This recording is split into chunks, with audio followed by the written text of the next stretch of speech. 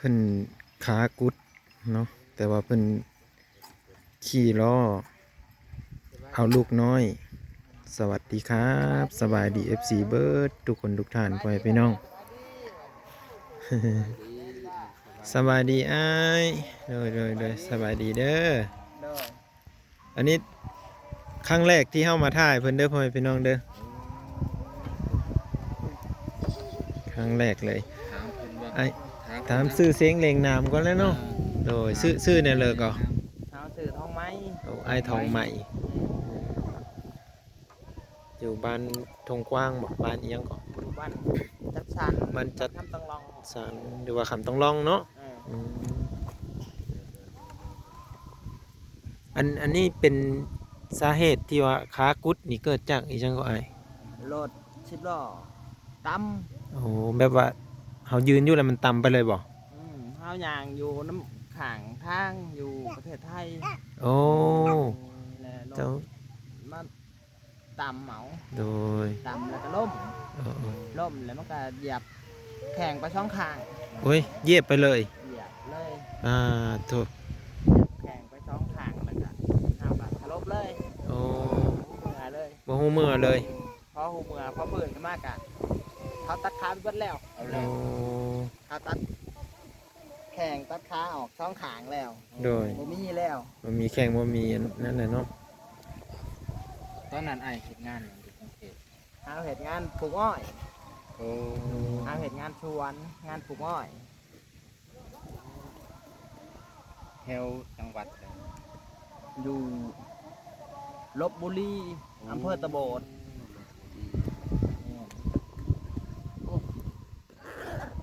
ทางเหนือคนแน่เนาะแถวกรุงเทพแน่ลพบุรีเกี่ยวกับอ้อยปลูกอ้อยตัดอ้อยเนาะ แม่น ทางพุ่นจะเป็นเกษตรจังหวัดเกษตร เกิดไปเลย อ้อย เอาเฮ้ยเพิ่นเนี่ยอู้นแม่นเพิ่น โอ้เดี๋ยวนี้รู้สึกเจ็บบ่อ้ายขออนุญาตโอ้ ว่าเจ็บมันก็บ่เจ็บแต่มันปวดเวลา อืม เฮาสินอนสิหยังกลางน้ำแรงน่ะปวด โอ้ คือกับเลือดมันแล่นนี่บ่ อืม ยิบยับยิบยับแบบนี้ นี่ เนาะ เอานม แม่น โอ้ อืม ปวดยามมื้อแรงน่ะปว กิน ด แม่ รถเหยียบรถตัวเหยียบนะรถ10ล้อเลยบ่ รถสิบล้อพ่วงเลย รถพ่วง18แล้วเนาะ อ๋อ หมูแก่มัน ไปเฮ็ดจังไดคือเกิดอุบัติเหตุ เฮาก็ย่างเลิกงานนะ เอา เลิกงานย่างมื้อแรงนี่แหละแล้วเฮาเลยย่างเมื่อ โดย เฮาน่ะบ่มีรถขี่แล้วก็ย่างเมื่อย่างน้ำข้างทางนี่แหละ เอาย่างกลับที่พักประมาณนี้ อืม เอา เพราะว่าแถว ย่างมาแคบ รถพ่วงรถ10ล้อมันตลอดอยู่แล้วเนาะ แนวมัน เพราะว่ารถเดี๋ยวนั้นมัน แถวนั้นมันรถหลาย รถแกะอ้อยว่าซั่นเถอะเนาะ รถแก่อ้อยแก่มันเขาหลายรอรถแม่ เจ็บจนขาขาด เอ้าบัดนี้เลยเพิ่นรับผิดชอบแบบเดิมเนี่ยซะ อืม เพิ่นก็รับผิดชอบอยู่เพิ่นรับผิดชอบนะล้านบาท โอ้ บาทในห้าผัดแหลนเองบ่ได้เห็ดเองบ่ได้ว่าง่ายๆกับซอยเหลือตัวเองบ่ได้นะ โดย และเจ้าหน้าที่ทั้งนั้นนะเขานะขอชนแบ่ง โอ้ ครึ่งหนึ่งถ้าว่าเขายอมแจ้งเขาครึ่งหนึ่งนะเขาสิแลนให้แลนเรื่องให้ โดย แล้ว โอ้ ก็ เป็น ยอมแจ้งเขา โดย ล้านหนึงก็ต้องเสียไป 500,000 500,000 แล้วเขาแลนเรื่องให้แลนหยังให้แล้วก็ได้มาเงินล้านบาทนะเขาก็เอาไปครึ่งหนึ่ง โดย บาทนี้เขาก็มาจ่ายค่าโรงพยาบาลเอง โอ้ มาจ่ายค่าโรงพยาบาลเองกะ เบิดถ้าได้ค่าโรงพยาบาล 240,000 240,000 300,000 อืม 360,000เนาะ อืมแล้วอยู่300,000ปลาย การนำ มาบาทนี้กะผู้เขาหับดูแลเฮาหับออกมาแต่ห้องหมอค่ะเพราะว่าเฮาน่ะบ่มีญาติต่อบ่ได้เด้ โดย แล้วเขาก็ นายจ้างบอก บ่นายจ้างเขาบ่หับแล้วเขาบ่ฮู้จักแล้ว โอ้นายจ้าง ปฏิเสธเลย ปฏิเสธ เลยว่าบ่ฮู้ โอ้ เขาเลย โดย บาทนี้เฮา ตอนนั้นขออนุญาตถามตอนนั้นไอเฮ็ดเป็นอยู่บ่ได้แบบพาสปอร์ตอะไร เฮาบ่มีหยังเลย เอา สมัยนั้นคือไปแบบบ่มีหยังเลย อืม อ๋อ เฮาน่ะบ่มีหยังเลยไปตอนนั้นมาแล้วบัดนี้เขาก็หับ อืม หับเว่าง่ายๆก็หับออกมาจากโรงพยาบาลนะเขาก็คำคล้องเอาหั้นนะ อืม คำประกันบ้ คำประกันเอา ประกันเอา ประกันไว้ แต่ว่ามันเป็นหยังมากอะมันขึ้นอยู่กับเขาโรงพยาบาลบอกเดียวแล้วนะ อืม แล้วเขาก็นำคนมาส่งเอาหอดบ้านหอดเทือน โอ้แต่ว่าตอนนั้นเจ้าหูซึกโตแล้ว โอ้โห โอ้ โตแล้ว หูซึกแล้ว เจ้านอนห้องหมอจักเดือน เขานอนน้องหมอนะ4 เดือน อ๋อ โถ่ ค่าใช้จ่าย 4 เดือนที่ว่าญาติทางบ้านนี่บ่ฮู้จักเลย บ่หูเลย ปาติโถ โอ้ กะเฮากะเขาเบิ่งเขาดูแลเขาออกมาตรงหมอนะครับ2 เดือนอยู่ของเขา อืม การเงินกะกินใช้จ่ายในะหันแหละ โดนใน เงิ แค่ น ใน ส่วนที่เหลือมานะ อืม 300,000น่ะเนาะ เฮากะโอนมาให้พ่อแม่เฮาซื้อดินซื้องัวไว้ให้ ทั้งนี้บ่ โอ้ กะเบิด ก็เพื่ออนาคตเนี่ย อืม จะเจ้าของได้มาอยู่พี่เนาะ อืม อืมแต่ว่าตอนนั้นอายมีเมียแล้วบ่ นี่แล้วเฮาได้ลูก แล้ว นี่แหละ โอ้ ผู้นี้ยังน้อยผู้นี้เฮาก็ได้2 เดือนตอนเฮาเป็น โอ้ อันตอนเป็นในปีใดจักปีขึ้นหลัง ถ้าก็เป็นที่แล้วนี่ อ้าว แต่เก่าที่แล้วนี่บ่ คิดว่าโดนเลยได้ เออ ยังบ่ได้โดนนะ โอ้แต่ว่าพวกนี้ก็หากันใหญ่เนาะ เรื่องเก่าที่แล้ว เดือน9 ปีที่แล้วนี่เนาะก็ถือว่าบาดแผลนี่ทางไหนนี่ก็หาบ่ฮู้แล้วเนาะว่ามันสิอันจับสิจอดกันซำใดเนาะเพราะว่ามันยังบ่ทันได้หลายปีเด้พี่น้อง ยังบ่ทันได้หลายปีได้นี่ โอ้ย หากะได้ปีกว่าๆนึง ปีก็กว่า กลัวนี่ก็ เป็นเดือนเก่าปีแล้วนี่ โอ้ อันนี้มันก็เดือน3แล้วเนาะ เดือน แม่ สาม อืมมันก็ 10 11 12 จะทำมา อืม สักกี่เดือนกันเนี่ย 2 3 ที่ฮอดเดือนเก้านี่ก็ปีหนึงบ่แม่นบ่ คันฮอดเดือนเก้าอีกนี่กับ2 ปี 2 ปี อืม หากะปีปลาย เอาหันเดี๋ยวนี้ล่อเอาเพ่แห้งแล้วเดี๋ยวนี้ อืม เอากะว่าง่ายๆกับเบิดเงินแล้วตอนนี้ผมมีแล้ว อืม รถเข็นนี่ เอ เนาะ อ อันนี้ก็จะได้จอดเอาบ่นี่ จอดเอา ก็ได้จอดให้นี่ น้องชายเขาจอดเอาเช้าเลยครับ ตอนแรกก็ต้องใช้ต้องไปนำรถเข็นเนาะ อืม อันนี้คือติดโตเพิ่นเลยก็ว่าได้นะอันรถเข็นนี่ ติดโตตลอดแล้วนี่ ตอนนี้ถามยามไปถ่ายไป มาถ่ายเฮา บัก กะ เบานัก เห็นนั่นนี่แหล้วไปนั่งอันนี้ไป อืม ห้องน้ำก็เดินพามาเหี้ย โอ้ น้อย โอ้มีพาไหมมีห้องน้ำ เป็นโถส้วมบ่หรือ เฮายังบ่มีโทษสวมเฮามีแต่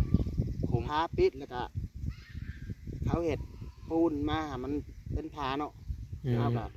ย่อออก โอ้ ย่อไว้ปิดไว้กัน มีติดท้ายลงคุมเลย ถ่ายลงคุมเลย แต่ว่าหัวสะโครกบ่เป็นส้วมท้ายยังบ่ทันมีตัว ทั้ นี้ งหมดท่านนี้ เอา เฮากะอาศัยรถเข็นนี่แหละหักไปขี่ไปเหยียบไปเองได้ อืม ดีแต่ว่าแขนยังแบบครบนะ อืม สมบูรณ์แต่ก็แข็งแห้งพอ อืม เออ เอา เฮาได้มาจากลูกหมอน่ะก็มีแต่อันนี้แหละ เอามีแต่นอนนี่เนาะ แม่น เป็นรอเข็น เพิ่นบริจาค เออ ให้ มัน ที่ บบ ริ ริ จา จา ค คที่ เอา เราก็ได้มา คือว่าเรื่องเงินนี่ก็คือว่าแบบเจ้าก็คิดนํบ่เรื่องเงินที่ว่าเพิ่นแบ่งต้องครึ่งหนึง คิดก็ได้แต่คิดแต่แล้วมันก็เฮ็ดได้ทำมันเฮากับตอนนั้นเฮาก็ซอยเหลือตัวเองบ่ได้เลยเด้ อืม คันเฮาบ่อาศัยเพิ่นแล่นเฮาก็แดง ยังสิบ่ได้หยังเลย ซื่อๆให้บ่ได้หยังเลยหั้นนะ บอกง่ายๆจำขีดอยู่กับความต้นเนาะ เออ เออได้ดีกว่าบ่ได้อย่างน้อยเฮาก็ยังมีตัวนั้นจะมาจุนเจือในฮอดปัจจุบัน อืมนั่นแหละ แต่ยังใครแน่แต่ว่ามันก็ แต่ก็ว่าดีอยู่ เพราะว่าตอนนั้นน่ะตอนตำรวจเข้าไปถามน่ะเฮาก็ยังบ่ทันฮู้ว่ารายจ่ายในโรงพยาบาลหลายทำใดนะ เอา พอบัตรเขาตกลงว่าขอแลนให้เจ้าได้ท่านว่าเจ้าตกลงคนนี้พอได้เป็นเงินเป็นก้อนมาแล้วเขาก็บอกทางโรงพยาบาลเขาก็บอกว่ารายจ่ายเจ้าในโรงพยาบาลเป็นยังไง อืม บัดนี้เขาก็มาไล่ผมมันก็หันเลยเบิดพอดี อืมนั่นแหละ แต่ว่าคนผู้เหยียบนะก็ เขา อันนั้นบ่เขาดำเนินคดีบ่หรือว่าหลอดไปเลย เขาก็เสียหายทำนั่นเลยเขาก็รอดเลย โอ้แสดงว่าบ่มีโทษบ่มีภัยต่อกันเลยโอ้ แสดงว่าถื เป็ อน ว่า แบบผมมีเล จ ย บ นะ เงินเลยเนาะ จบในหันเลย อืม แต่ว่าเฮากับเป็ แต่ น หลังจากตำรวจไปถามเฮาน่ะเขาบอกกับเฮาน่ะว่าถ้าว่าเขาแล่นให้น่ะได้ล้านหนึง อืม บัดนี้เฮามาเจอกันครับ เจ้าของผู้เหยียบน่ะ กรณี ผู้ชนเขาน่ะ อืม เฮาขอนำเขาน่ะ2 ล้าน โอ้ 2 ล้านแล้วบัดนี้เนี่ยเขาก็หับให้ได้ หักปากว่าสิ หับ ให้ ปากว่าให้ อืม แต่ว่าเงินน่ะมันเป็นรถช่องบริษัทนะ โอ้ คือแม่มันนี่ตัวแม่นี่บริษัทหนึ่งตัวลูกนี่บริษัทหนึ่ง อืม แต่เฮานั่นขอน้ำเขาได้2 ล้านนะแต่ว่ามันน่ะได้เงินตัวจริงมาน่ะได้แต่ล้านเดียว แต่จะล้านเดียว ล้านหนึ่งน่ะเขาเอาบริษัทลูกบริษัทบริษัท อืม จ่ายไปแล้ว โอ้ บริษัท บ่เป็นห ตั ยั ว ง พ่วงลูกนะ อืม ยังบ่ทันจ่ายเด้อ อืมแต่ว่าเขาสิมีจ่ายเฮ้ยอยู่บ่หรือว่าบ่จ่ายเลยตัวนี้ เขาตกลงกับเฮาน่ะเขาว่าจ่ายให้ โอ้ แต่บัดนี้เฮาผัดอาศัยคนทั้งพุ่นคุ้มหั้นนะ อืม แต่ว่าเขาได้ไปบ่หรือบ่ได้เขาก็บ่กู้เด้เขาก็ตกมาอยู่ที่เขาตกมาอยู่บ้านอยู่เมืองเขาเลย อืม โอ้โหข่าวเลย พอโทรไปถามเพิ่นทั้งพุ่นนะเพิ่นก็มีแต่บอกว่ายังบ่ทันได้ โอ้แต่ปัจจุบันนี้ยังสามารถติดต่อทางนั้นได้อยู่ ติดต่อได้ โอ้ แต่เขาก็แบบเขาก็บอกเขาว่ายังบ่ทันได้ถ้าว่าเขาได้มื้อใดแล้วเขาจะโทรบอกให้ลงไปเอาอีกตอนนั้นแต่เขากับชิวเขากับบ่ฮู้ดอกว่ามันสิได้หรือบ่ได้นะเพราะว่าเขาก็ขอเขาไปแล้วเนาะเขาก็พอกับเขาแต่เทื่อเดียวหั่น โอ้ ถ้ามีโอกาสขอเขาแต่เทื่อเดียวหั่น อืมแต่ก็ได้พอเท่าเดียวอีกพ่อ แต่ก็ได้พอกับเขาเทื่อเดียว แล้วก็กลับมาพี่เลยเนาะ เขาก็กลับมาพี่ กลับมาอยู่พี่ว่าคิดว่าดุนแล้วไงเป็นหนักแล้วก็ได้ครบ2 ปีแล้วว่าไง อื จ้ะ มตั้งแต่ลูกน้อย อืม ๆจนใหญ่ลูก ตก เป็น ปีที่ช่อง อืม อืม ใคร หา จะ กันเดือนสาม อืมใครแต่ว่ามันแพ้มันสมานแต่ก็ดีไว้เนี่ยคันแพ้ดียากนี่ก็ป้าลำบากเลย ลำบากแหละ สำเนียกก็ป้าไปยากมายากเนาะ แม่นนั่นแหละเอาไปมาย่ามือนี่ก็ได้ครับ เฮงเลี้ยงลูกน้อยอีเนาะ อืม อาศัยแต่เมียหาอยู่หากินแม่นบ่ อืม หรือว่าต้องซ้ำว่าซื้อแล้วเนาะ อ่า เพิ่นสิหาซ้ำเด้อแม่นบ่ ชื่อกูฆ่าไปแล้ว เออ อันนั้นบ่ชื่อเขากับ คันเมียไปหาผัดสิไปหาคู่คาบแล้วกับบ่ไหว้อีกเนาะ ผู้ยิง ไป ซ้ ปะลูกน้อย ปลาลูกน้อยอีกบัดนี้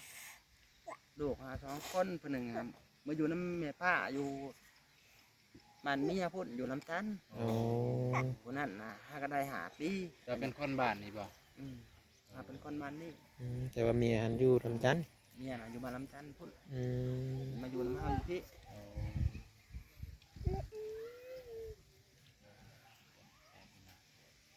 ยังก็ลืมซื้อทองไม้ ทองไม้ โอ้นี่แหละพี่น้องชีวิตนายทองไม้ที่เกิดอุบัติเหตุจากประเทศไทย การเยียวยากันตามพ่อแม่พี่น้องฟังนั่นแหละถูกกรณีเป็นการรับผิดชอบบ่ปะบ่ทิม แสดงว่าเพิ่นรับผิดชอบเนาะเพิ่นบอกว่าบ่ทิ่มตัวนี้เนาะ แม่ อืม แต่ว่าการส่วนแบ่งเงินนั่นก็มีหลายภาคส่วนที่เพิ่นต้องจ่ายเนี่ยถ้าบ่จ่ายก็เพิ่นก็บ่ดำเนินคดีให้ อืม นะ ว่าง่ายก็คือ อืม จ้างให้เพิ่นน่ะไปดำเนินคดีให้ ดำเนิน อัน คดี นี้เนาะ ให้ เพื่อจะได้เงินก้อนนี้มาว่าซั่นซะ คันบ่เฮ็ดเพิ่นก็เฮาก็สิบ่ได้ คำว่าเฮ็ดแบบสิบ่ได้หยังเลย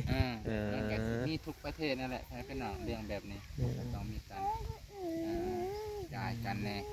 เดี๋ยว คิดว่านะแต่ก็บ่ฮู้คือกันดอกว่าน้องการเกี่ยวกับคดีบ่น้องกัน ๆแต่ว่ามาเห็นอ้ายเพิ่นแล้วก็อยาก อืม ถ่ายทอด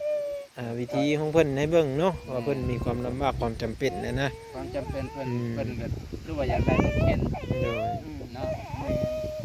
ตัวนี้คือจำเป็นเลยแหละเพราะว่าเป็นอันติดโตเพิ่นเลยเด้อยากไปหันมานี่ก็ต้องได้ใช้ตัวนี้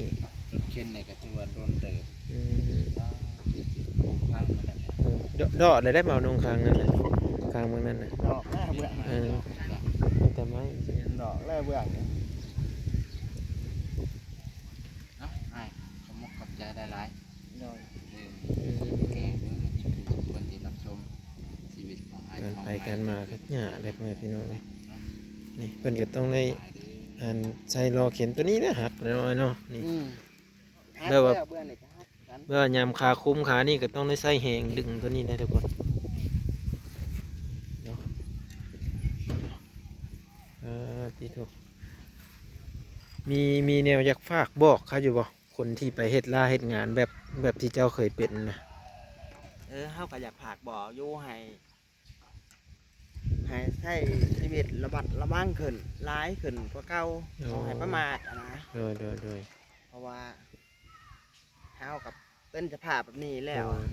แต่บ่อยากให้หลายๆคนต้องมาเจอแบบนี้เนาะ เจอมาเป็นแบบเฮาอะนะ โดย เฮาก็ผ่าน ให้เป็นบทเรียนเนาะ ให้เป็นบทเรียนไว้ โดยเอาเด้อพ่อแม่พี่น้องเด้อเพิ่นก็อยากความในใจของเพิ่นนั่นแหละบ่อยากให้ทุกคนต้องมาเจอแบบสิ่งที่เลวร้ายแบบนี้เนาะ แม่น โดย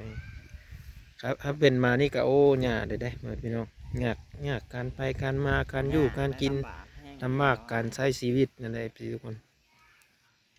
อายเพิ่นก็ฝากไว้สำนี้เด้อพ่อแม่พี่น้องเนาะบางๆก็